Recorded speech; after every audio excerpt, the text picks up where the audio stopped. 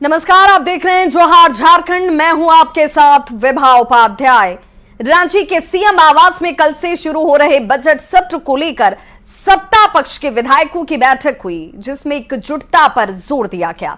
बैठक में वित्त मंत्री रामेश्वर उरांव, स्वास्थ्य मंत्री बन्ना गुप्ता और मंत्री मिथिलेश ठाकुर के साथ साथ कांग्रेस विधायक दीपिका पांडे सिंह, शिल्पी नेहा तिर्की और मंगल कालिंदी समेत कई विधायक शामिल हुए। साथ ही सदन में जनहित से जुड़े सवाल उठाने पर चर्चा की गई।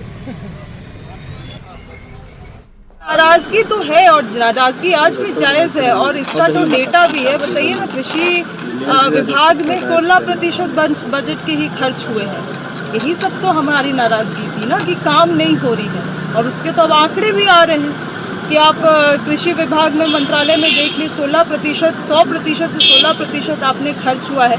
तो इसका जवाब तो देना होगा ना सरकार को। कहीं ना कहीं शिकायतें हुई थी, तब तो सारे लोग गए, लेकिन अब जिस तरीके की बातचीत आला कमान से हुई है, जो हम लोगों की मांग थी उस पर हम लोग संभावना व्यक्त कर रहे हैं।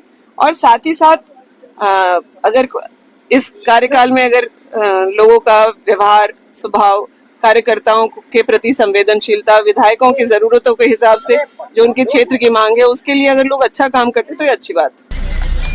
किसी चीज में प्रगति ज्यादा होती है, किसी में कम होती है, इतना ही कह सकते हैं। और जिसमें कम प्रगति होती है उसमें कुछ कारण होते हैं, अलग अलग कारणों का विवेचना करना होता है, क्यों कम हुआ है ना।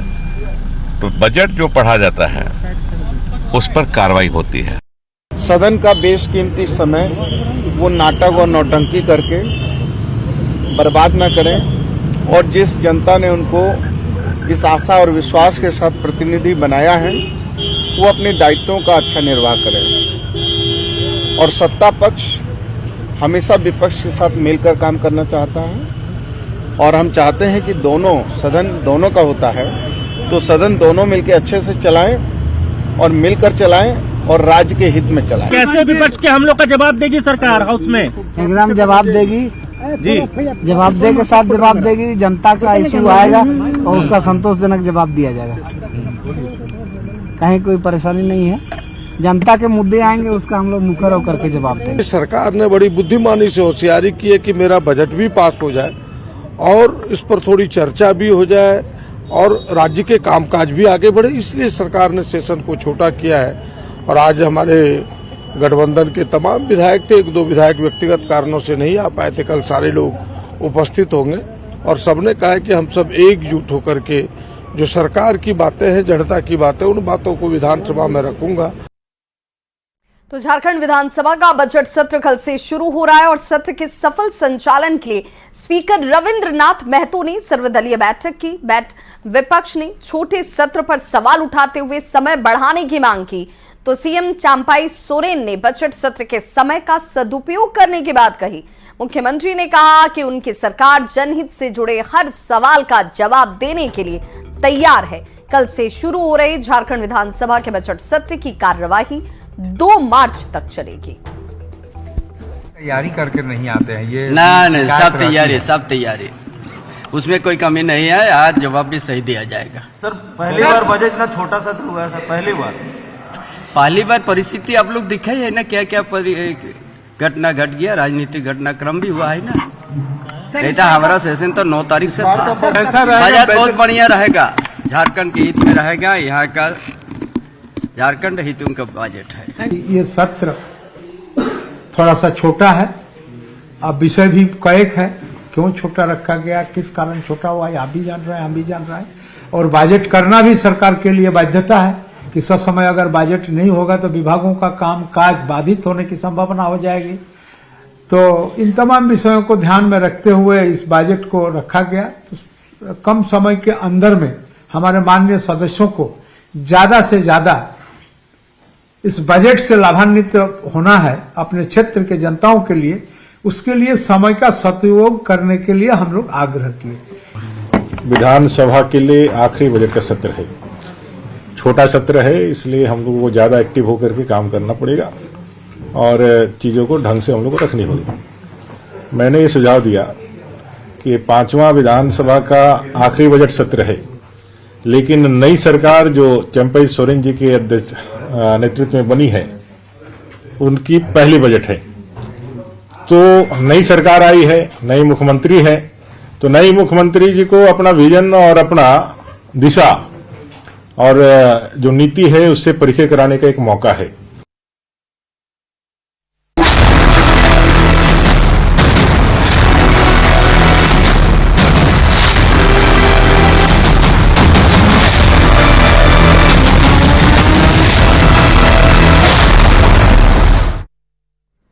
तो झारखंड के पूर्व मुख्यमंत्री हेमंत सोरेन झारखंड विधानसभा के बजट सत्र में शामिल नहीं हो पाएंगे। पीएमएलए की विशेष अदालत ने यह फैसला सुनाया है। 23 फरवरी से शुरू हो रहे बजट सत्र में शामिल होने के लिए हेमंत सोरेन की ओर से कोर्ट में याचिका दायर की गई थी। बुधवार को दोनों पक्षों की ओर से कोर्ट में बहस पूरी हुई, जिसके बाद कोर्ट ने फैसले को सुरक्षित रख लिया था। फैसला आज सुनाते हुए अदालत ने हेमंत सोरेन को बजट सत्र में शामिल होने की अनुमति देने से इनकार कर दिया। न्यायिक व्यवस्था पे हमें कुछ नहीं कहना है। कोर्ट जो भी निर्णय लेता है उनका हम लोग हमेशा सम्मान करते हैं और हम लोग आगे भी सम्मान करेंगे। इन्हीं न्यायालयों ने बहुत सारे ऐसे हमारे माननीय सदस्यगण थे, विपक्ष के भी पक्ष के भी, जिनको समय समय पर अनुमति दी है और इनका और हमारे जो चुने हुए प्रतिनिधि हैं, एक क्षेत्र का प्रतिनिधित्व करते हैं, उनका संवैधानिक अधिकार बनता है कि वे सदन की कार्यवाही में उपस्थित हों। अब किन कारणों से न्यायालय ने इसे खारिज किया है, ये देखिए बहुत ही गलत हुआ और मौका भी उनको मिलना चाहिए था, क्योंकि वो अभी भी एक विधायक है और विधायक का ये संवैधानिक अधिकार भी है कि वो हाउस में आए और बजट में अपना वोटिंग भी करे। हम सभी को बहुत आस थी, मगर वो हमारे साथ उपस्थित नहीं रहेंगे, कोर्ट का ऑर्डर है, तो अफसोस की बात है, मगर हम लोग ने फिर भी अपने तरफ से पुष्टि के साथ तैयारी की है। कि अगला कदम हम लोगों का क्या होगा? क्या हाईकोर्ट में मूव करेंगे आप लोग? बिल्कुल अनुमति तो देनी चाहिए और ये एक संवैधानिक प्रक्रिया है। हमको जहां तक लगता है कि हम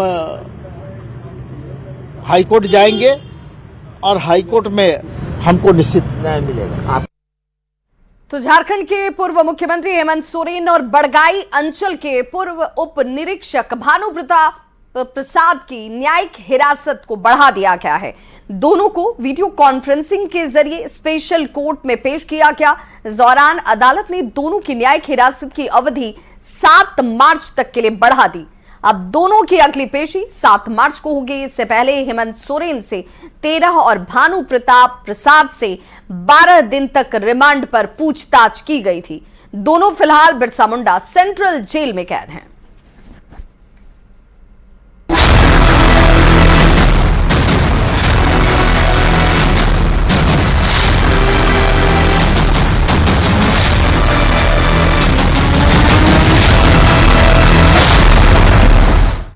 तो झारखंड मुक्ति मोर्चा ने झारखंड के साथ साथ पश्चिम बंगाल, ओडिशा और बिहार में भी लोकसभा चुनाव लड़ने का ऐलान किया है। सीएम आवास में जेएमएम की केंद्रीय समिति की बैठक के बाद मंत्री मिथिलेश ठाकुर ने कहा कि जेएमएम का एक एक कार्यकर्ता चुनावी तैयारियों में जुट गया है। साथ ही उन्होंने कहा कि पूर्व मुख्यमंत्री हेमंत सोरेन को इंसाफ दिलाने के लिए चल रहे आंदोलन को और धारदार बनाने पर भी मंथन किया गया।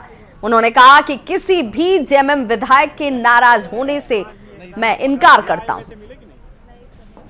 उसी मद्देनजर आज हमारे कार्यकारिणी की बैठक रखी गई और बहुत ही अच्छे ढंग से बैठक हुई। सभी लोगों ने अपने विचार रखे और हम लोगों ने यह निर्णय लिया है कि सभी 14 सीटें हम लोग जो झारखंड की है, हम लोग कुछ उड़ीसा की सीटें भी लड़ेंगे, हम बंगाल की सीट भी लड़ेंगे, बिहार पर भी हमारी दावेदारी है। युवा मुख्यमंत्री जो जनता के हितों का काम कर रहे थे, उन्हें जेल की सलाखों के पीछे डाल दिया गया। लोकतंत्र की हत्या की साजिश हो रही है। संविधान का उल्लंघन हो रहा है। तो ये सारी चीजें बताने दो विधायक नहीं है। बैजनाथ राम की नाराजगी कैसे दूर करेंगे? कोई नाराज नहीं है, कोई आप लोग के माध्यम से लोग नाराज रहते हैं। बिल्कुल धार दिया जाएगा और हमको लगता है कि जिस तरह से लोग सड़कों पर उतर रहे हैं, जिस तरह से आंदोलन को लेकर के आगे चल रहे हैं, लोगों तक जा रहे हैं, मंदिर में पूजा कर रहे हैं, मस्जिद में इबादत कर रहे हैं, गिरजा में प्रार्थना हो रही है, गुरुद्वारा में प्रार्थना किया जा रहा है, जाहिर थान, मांझी थान, सारे जगहों पर लोग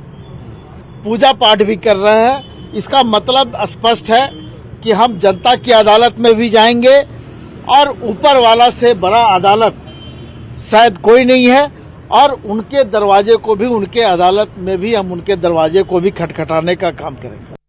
बीजेपी ने जेपीएससी और जेएसएससी की परीक्षा में बड़े पैमाने पर गड़बड़ी करने का आरोप लगाया। रांची में प्रेस कॉन्फ्रेंस में बीजेपी विधायक अमित मंडल ने कहा कि सरकार और दागी एजेंसियों की मिलीभगत से झारखंड के बेरोजगारों का भविष्य बर्बाद हो गया, पर इसे बर्दाश्त नहीं किया जाएगा। की भी जो परीक्षा ली गई, किस एजेंसी ने जेपीएससी की परीक्षा ली गई, उसको भी सरकार को सार्वजनिक करना चाहिए और सरकार को बताना चाहिए कि वो एजेंसी ब्लैकलिस्टेड कहीं और है कि नहीं है। इन सारे चीजों पे मुझे लगता है कि जेएमएम की सरकार को जवाब देना चाहिए और निश्चित तौर पर युवाओं के भविष्य को और युवाओं के सपने को जो खरीदने का काम ये सरकार कर रही है, इस सरकार को भगवान भी कभी माफ नहीं करेगा। और यही आह लगा है आज की डेट में भारतीय जनता पार्टी पे आप इल्जाम तो लगा सकते हैं, लेकिन आह जो आपको लगा है सरकार को और सरकार की जो दुर्गति पूरी है वो युवाओं के द्वारा लगा। आपने युवाओं के सपने को ठगा, आपने युवाओं को कह दिया कि हम नौकरी देंगे और नौकरी के बहाने आपने वहां से पैसे की उगाही करने का काम शुरू किया। असम के कोकराझार के सांसद नव कुमार सारनिया की पार्टी गण सुरक्षा परिषद झारखंड की 5-6 लोकसभा सीटों पर चुनाव लड़ेगी। रांची में उन्होंने यह भी कहा कि उनकी पार्टी झारखंड ही नहीं, असम, ओडिशा, छत्तीसगढ़ और पश्चिम बंगाल की 25 से 30 सीटों पर दांव आजमाने वाली है। यही नहीं, उन्होंने सरना धर्म कोड की मांग का समर्थन करने का भी ऐलान किया। हमारे साथ इस वक्त मौजूद हैं असम के कोकराझार से सांसद हैं और ये झारखंड दौरे पर हैं। पूरे देश में ये 40 से 50 सीटों पर चुनाव लड़ेंगे। तो अभी हम जीएसपी पार्टी जो गण सुरक्षा पार्टी बनाए हैं, उसी पार्टी को हम आदिवासी लोगों को उसके शामिल करके एक नेशनल लेवल में हम ऐसा एक पोजीशन में आना चाहते हैं ताकि हम देश का शासन में हम बार्गेनिंग कर सकते हैं और साथ साथ आदिवासी के साथ दलित, बैकवर्ड क्लासेस और माइनॉरिटी को कैसे कितने सीटों पर आप चुनाव लड़ रहे हैं? देखिए, झारखंड का सवाल आया तो हम सूडो को तैयारी करने के लिए बोला है। अभी तैयारी के बाद पता चलेगा कितने में लड़ेंगे, लेकिन 5-6 सीट में लड़ेंगे वो तय है। दूसरा, हम और पूरा देश में असम से लेके नॉर्थ ईस्ट से लेके यूपी बिहार से लेके तो हम वहां भी हम कम से कम 30-40 सीटों में तैयारी चल रहे हैं। अभी चुनाव घोषित होगा, उसी के बाद हमारा कैंडिडेट डिक्लेयर हो जाए। सरना धर्म का सपोर्ट करते हैं? श्योर सपोर्ट कर रहे हैं, क्योंकि ये आदिवासी, क्योंकि हमारा तो सब लोग हम पहले आदिवासी था ना, उसके बाद ही क्रिस्तान आया, ईसाई आया, इस्लाम आया, हिंदू आया, सब कुछ आया। जो पुरखों से पाल रहे हैं उसको हम क्यों स्वीकृति नहीं देंगे? उसको देना चाहिए और आदिवासी को हम सैल्यूट करेंगे। ये थे हमारे साथ कोकराझार के सांसद। इन्होंने कहा कि हम सरना धर्म का सपोर्ट करते हैं और लगातार सदन पटल पर इसकी मांग हम उठाते रहते हैं। हमारी जो पार्टी है वह झारखंड में लगभग 5 से 6 सीटों पर लड़ेगी और पूरे देश में 25 से 30 सीटों पर इन्होंने चुनाव लड़ेगी। कैमरामैन संजीव तिवारी के साथ निरंजन सिंह, न्यूज 18 रांची। धनबाद के मोराइटी प्रोजेक्ट में बड़ा हादसा टल गया। दरअसल खदान में ब्लास्टिंग की तैयारी चल रही थी और तभी पहाड़ से बड़े बड़े चट्टान गिरने लगे। बारूद से भरी गाड़ी इसकी चपेट में आ गई। इस दुर्घटना में गाड़ी का ड्राइवर घायल हो गया है, जबकि बारूद बिछा रहे कर्मचारियों के बीच भगदड़ से बच गई। इस घटना को लेकर बीसीसीएल आउटसोर्सिंग कंपनी और डीजीएमएस पर लापरवाही का आरोप लग रहा है। ज्यादा जानकारी दे रहे हैं संवाददाता संजय गुप्ता। पत्थर गिरा? बड़ा पत्थर था क्या? नहीं, छोटा छोटा पत्थर था। कितना लोग आप लोग थे? हम लोग वही मोटा मोटी 10 से 12 आदमी। क्या काम कर रहे थे यहाँ पर? कोई काम नहीं, काम करने वाले शुरू करने ही वाले थे हम लोग। क्या काम करते हैं आप लोग? ब्लास्टिंग में हम लोग रहते हैं। चोट तो नहीं लगे हैं किसी को। नहीं लगा है? नहीं, लेकिन बाल बच गए? हाँ, बच गए। बड़ी घटना घटने से बच गई जी।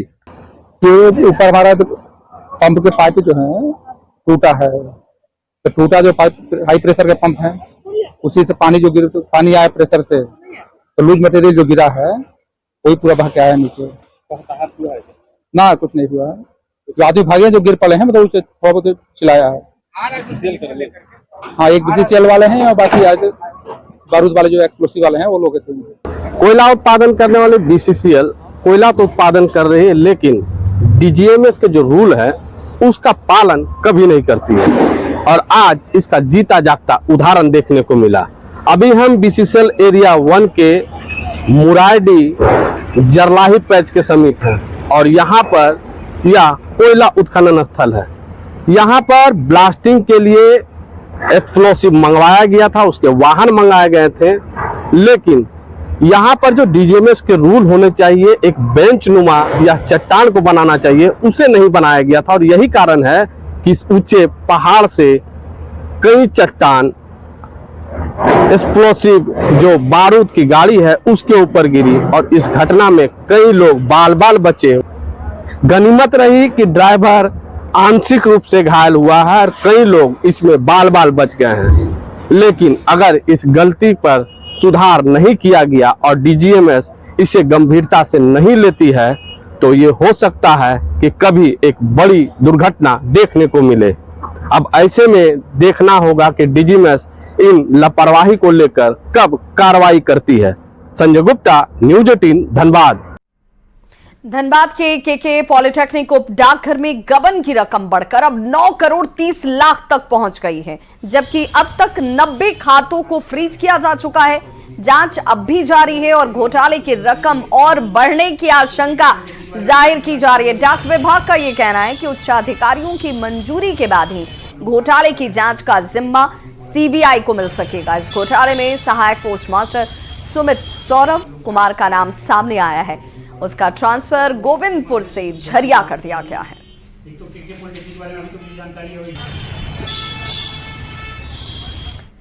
और 5 टेस्ट की सीरीज में 2-1 से पिछड़ी इंग्लैंड की टीम रांची टेस्ट से वापसी की पूरी कोशिश करने वाली है। रांची में प्रेस कॉन्फ्रेंस में इंग्लैंड के कप्तान ब्रेन स्टोक्स ने कहा कि रांची का टेस्ट मुकाबला उनके लिए बेहद अहम है, इसलिए टीम का हर एक खिलाड़ी जी जान से इसकी तैयारियों में जुटा है। Obviously, Ollie's coming in for his first game of the series for Mark Wood. You look at the player that Mark is, especially with the ball, you want someone like that operating at 100%. His number one skill set, in my opinion, is obviously with how fast he bowls, and I think the effort in which he put in last week was monumental, and you want to be able to keep players like that on the field operating at that level. So yeah, I think bringing Robbo in, gives us especially good options, especially from looking at this wicket. तो रांची का JSCA stadium Bharat England test match से पहले दूधिया रोशनी से नहा गया। Flood light की रोशनी में JSCA स्टेडियम बेहद खूबसूरत दिख रहा था। रात में ओस पड़ने की आशंका के चलते पिच को कवर कर दिया गया है।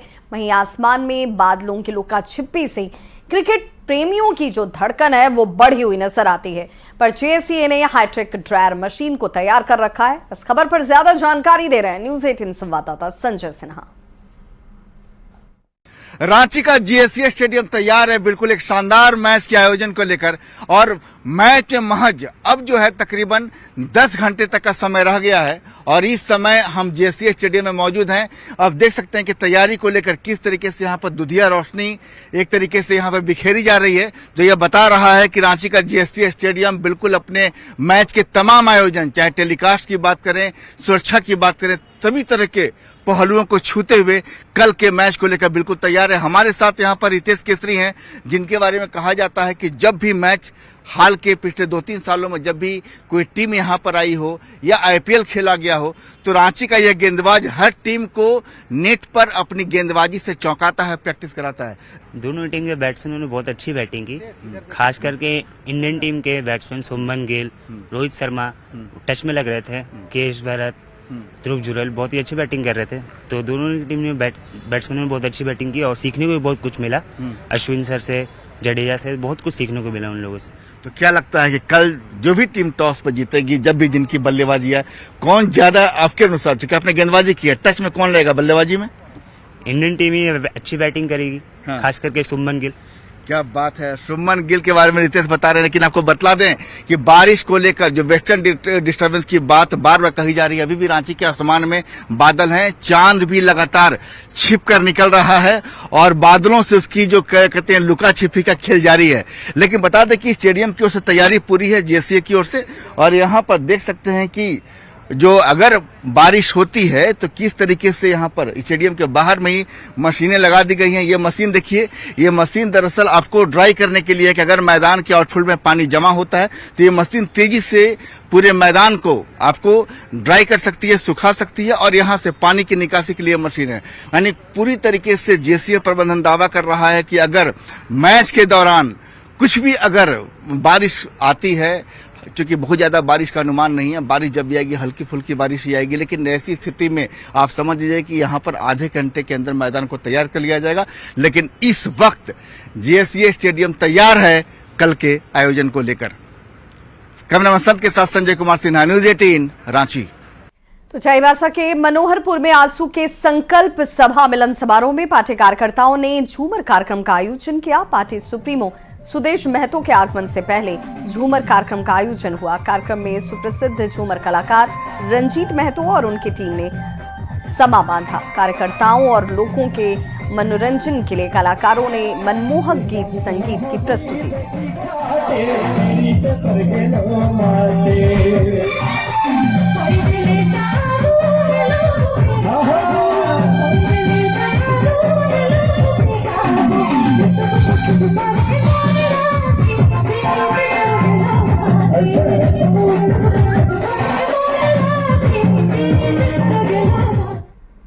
तो इस बुलेटिन में बस इतना ही, लेकिन न्यूज 18 बिहार झारखंड पर खबरों का सिलसिला लगातार जारी है।